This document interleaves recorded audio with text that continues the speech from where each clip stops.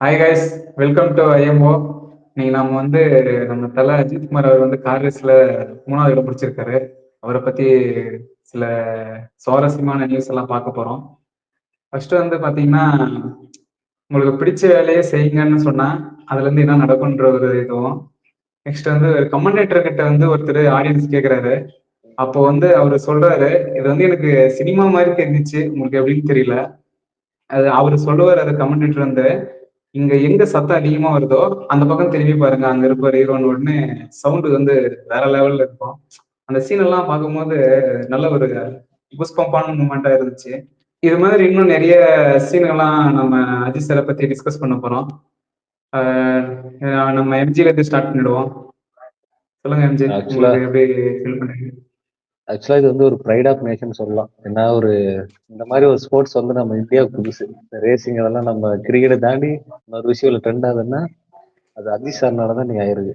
இந்த மாதிரி ஒரு செலிபிரிட்டி இந்த மாதிரி ஒரு விஷயம் பண்ணும்போது தான் ட்ரெண்ட் ஆகுது.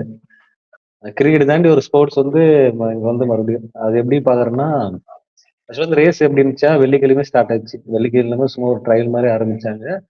சனிக்கிழமை இன்னைக்கு சண்டே, இன்னைக்கு மதியம் வரைக்கும் பாத்தீங்கன்னா 24 ஹவர்ஸ் போயிட்டு இருக்கு. அது வெள்ளிக்கிழமை என்னாச்சுன்னா ஒரு சின்ன ஒரு ஆக்சிடென்ட் ஆயிடுச்சு. ஏகேக்கு இது அடிப்படல, பட் கார் லைட்டா சேதமாச்சுன்னு சொல்லி கேள்விப்பட்டோம்.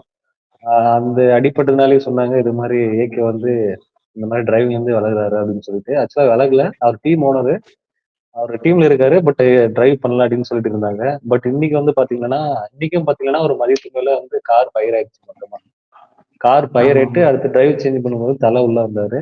ஏகே தலைன்னு சொல்லக்கூடாது, ஏகே உள்ள வந்தாரு.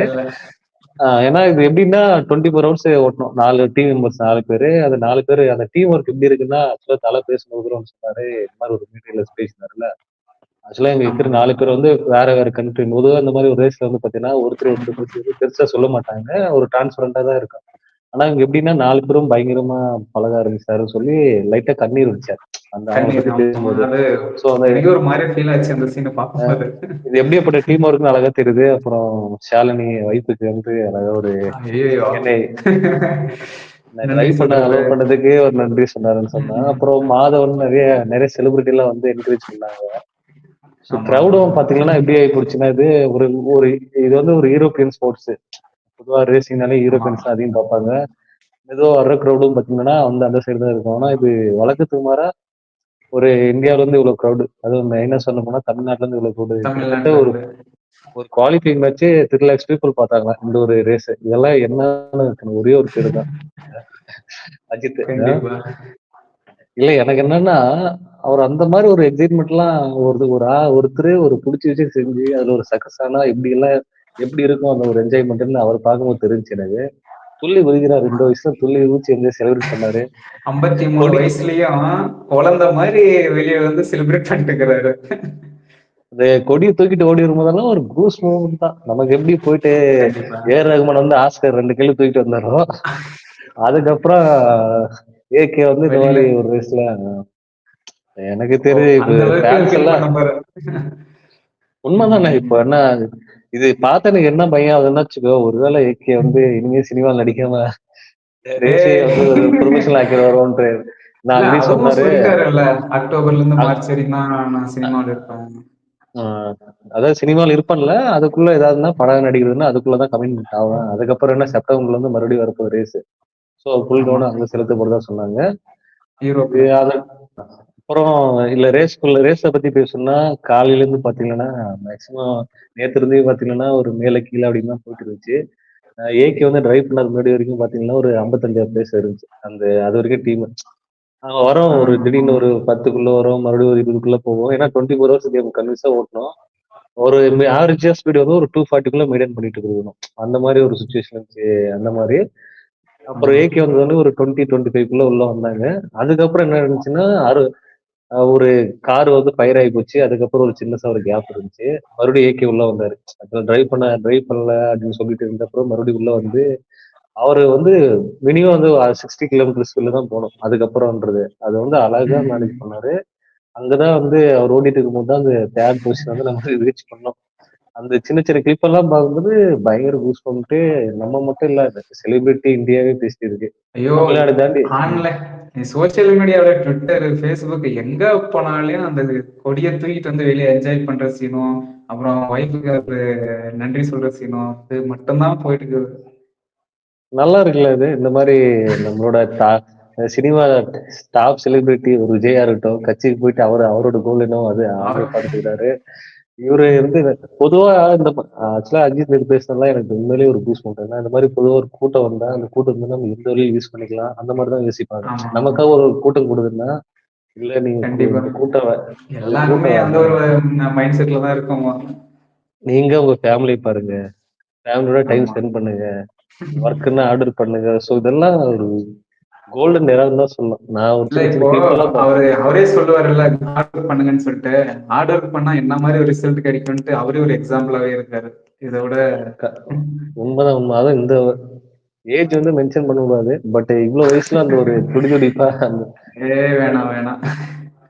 பார்க்கலாம் ஒண்ணு. இது வந்து ஒரு நார்மலா இதுக்கப்புறம் வர ஒரு வயசுல இந்த மாரி போனா நம்ம மேபி கல்ச்சர்ல வந்து ஸ்போர்ட்ஸ்ல இந்த நம்ம வந்து ஒரு கொஞ்ச நாளைக்கு முன்ன ஒரு ஏகேவா, தலையா, பில்லாவா, மங்காத்தா, அஜித்தா பார்த்து ஃபுல்லா செலிப்ரேஷன் பண்ணியிருந்த நம்ம அஜித் சார் வந்து ஒரு 10 வருஷமா நம்ம சினிமா இதுலயே ரொம்ப ரேர் ஆயிட்டாரு.